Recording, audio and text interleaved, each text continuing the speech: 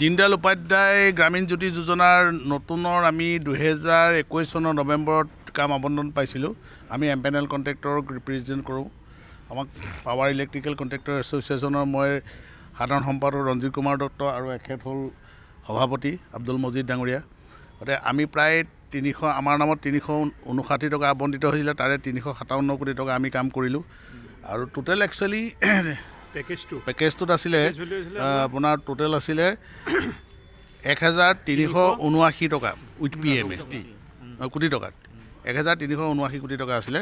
তাৰে আমি কৰিলোঁ 359 57 আৰু টাৰ্ণকে কণ্ট্ৰেক্টৰসকলে 920.92 কোটি টকা কৰিলে। এতিয়া ঘটনা হ'ল কি, তাত আমি যিবিলাক মেটেৰিয়েলছ লগাইছিলোঁ তেওঁলোকে এখন ইয়াতে এইটো প্ৰস্তাৱ দিছে, আমি আপোনাক হোৱাটছআপত দি দিম বাৰু। তেওঁলোকে কৰিলে কি, কিছুমান লেবৰেটৰীত গৈ টেষ্ট কৰালে 2 বছৰৰ পিছত।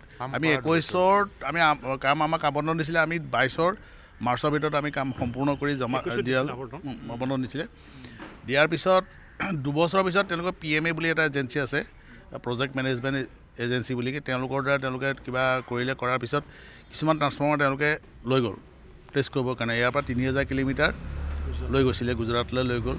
লৈ গৈ তেওঁলোকে টেষ্ট কৰিলে, টেষ্ট কৰি পেলাই ডিফেক্ট পালে, কেবল ডিফেক্ট পালে, মিটাৰ ডিফেক্ট পালে, ট্ৰান্সফৰ্মাৰ ডিফেক্ট পালে, তাঁৰ ডিফেক্ট পালে, বাৰু যেই নহওক। তাৰপিছত আকৌ তেওঁলোকে আগৰ ছেকেণ্ড টাইম কৰিলে একেখিনি বস্তুকে আগে লগালে, আকৌ ছেকেণ্ড টাইম কৰিলে। ছেকেণ্ড টাইম কিছুমান ভাল হ'ল বোলে, কিছুমান আকৌ বেয়া হ'ল বুলি ক'লে, বাৰু যাই নহওক। কিন্তু আল্টিমেট সেই 21 চনতে আমি কৰা 22 মাৰ্চত আমি কৰি দিয়াৰ পিছতো, কণ্ট্ৰেক্ট কমপ্লিট কৰি দিয়াৰ পিছতো এতিয়ালৈকে কিন্তু সেইসমূহে সক্ৰিয়ভাৱে কাম কৰি আছে। তাৰপৰা ৰাইজে বিজুলী সেৱা পাই আছে, তাৰপৰা APDCL ৰেভিনিউ লাভ কৰি আছে। কিন্তু আমাক দিবলৈ আছে সেই আমি 359 কোটি টকাৰ ভিতৰত 31.11 কোটি টকা আমি পাবলৈ আছে, আৰু TKC-সকলে 90.62 crores পাবলৈ আছে। এতিয়া কথাটো হ'ল কি, জাতি মাটি ভেটিৰ কথা কোৱা আমাৰ মুখ্যমন্ত্ৰী ডাঙৰীয়াই, BJP নেতৃত্বাধীন চৰকাৰৰ মুখ্যমন্ত্ৰী ডাঙৰীয়াই আমি বিনীতভাৱে অনুৰোধ জনাব বিচাৰোঁ, আমি আচলতে থলুৱা কণ্ট্ৰেক্টৰ প্ৰায় 1300 কণ্ট্ৰেক্টৰ আছে, তাৰে 664 গৰাকী ঠিকাদাৰে 994টা পেকেজৰ কাম কৰিছিলে। কিন্তু এতিয়ালৈকে সেই কাম সম্পূৰ্ণ কৰা হ'ল, কৰাৰ পিছতো 2 বছৰৰ পিছত টেষ্ট কৰাৰ পিছত তেওঁলোকে বেয়া পাইছে বুলি কৈছে। কিন্তু বেয়া হোৱাৰ পৰা কেনেকৈ ৰেভিনিউ কালেকশ্যন কৰি আছে, কিন্তু হেৰিয়াৰ পৰা কোনো ধৰণৰ মানে ছাব ডিভিজন লেভেলৰ পৰা যোনখিনিৰ পৰা বিজুলী সেৱা দি থকা হয় ৰাইজক, তেওঁলোকৰ পৰা কিন্তু আজিলৈকে সেই আমাৰ ইনষ্টল কৰা সামগ্ৰীসমূহ কিন্তু বেয়া বুলি কোৱা হোৱা নাই, কমপ্লেইন নাই, কোনো ধৰণৰ অভিযোগ আজিলৈকে পোৱা নাই। সাধাৰণ পিন এটাও মানে বেয়া হোৱা নাই। তাৰপিছত কিন্তু আমাক বেয়া হৈছে বুলি কৈ আমাক তাৰ পৰা বঞ্চিত কৰাটোত আমি আশ্চৰ্য প্ৰকাশ কৰিছোঁ। আৰু আমি মুখ্যমন্ত্ৰী ডাঙৰীয়াক আপোনালোকৰ মাধ্যমৰ যোগেদি আমি অনুৰোধ জনাব বিচাৰিছোঁ যাতে আমাক সেই পইচাখিনি সোনকালে মোকলাই দি আমাক উপকৃত কৰে। আচ্ছা, মই পোনপ্ৰথমে আসাম টক্স চেনেলক নতুন বছৰৰ শুভেচ্ছা জনালোঁ, আৰু আমাৰ অসমৰ মাননীয় মুখ্যমন্ত্ৰী ডাঙৰীয়াক নতুন বছৰৰ শুভেচ্ছা জনালোঁ। আমাৰ 1 নম্বৰ কথা হ'ল কি, আমি সাধাৰণ কণ্ট্ৰেক্টৰ, APDCL আমি এনপেনেল কণ্ট্ৰেক্টৰ বুলি কয়, আৰু লগতে TKC মানে এটা শ্ৰেণী ডাঙৰ কণ্ট্ৰেক্টৰো আছে।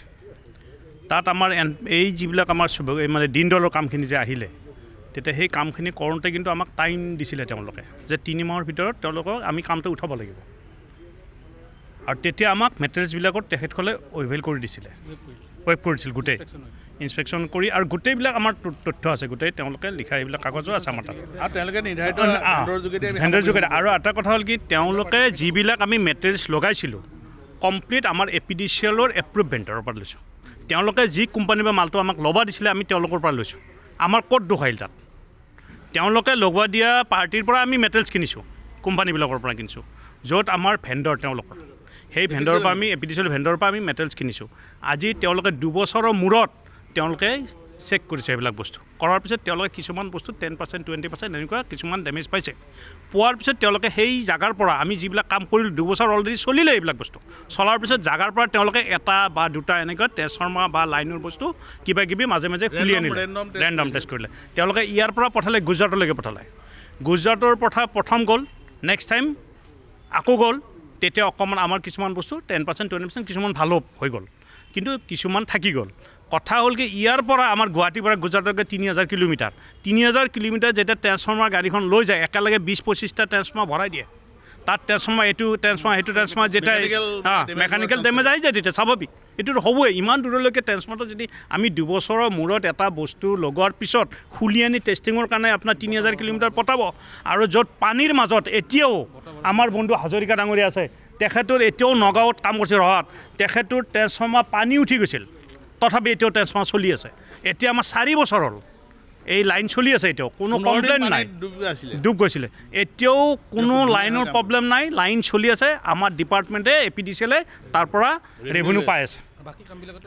এতিয়া কথা হ'ল কি আমি যিটো আজি ঝামেলাত পৰিছোঁ আমাৰ নিচিনা কণ্ট্ৰেক্টৰ সৰু সুৰা কণ্ট্ৰেক্টৰ আমি সাধাৰণ কণ্ট্ৰেক্টৰ এনেকুৱা হৈছে কিছুমান কণ্ট্ৰেক্টৰ অলৰেডি ছুইচাইড কৰিব লগাও হৈছে, কিছুমানে এনেকুৱা হৈছে মাটি সম্পত্তি বিক্ৰী কৰিছে, গাড়ীখনো বিক্ৰী কৰিছে। তেওঁৰ কি হৈছে তেওঁ লোন লৈছে, ইণ্টাৰেষ্টত পইচা লৈছে, লৈ সেই কামখিনি কৰিছিল যেনেকৈ তেনেকৈ ভাবিছিল যে মই 3 মাহত কামটো কৰি মই পইচাটো 6 মাহৰ ভিতৰত পামেই। আৰু আজিলৈকে আমি এইখিনি পইচা পাব থাকিলোঁ।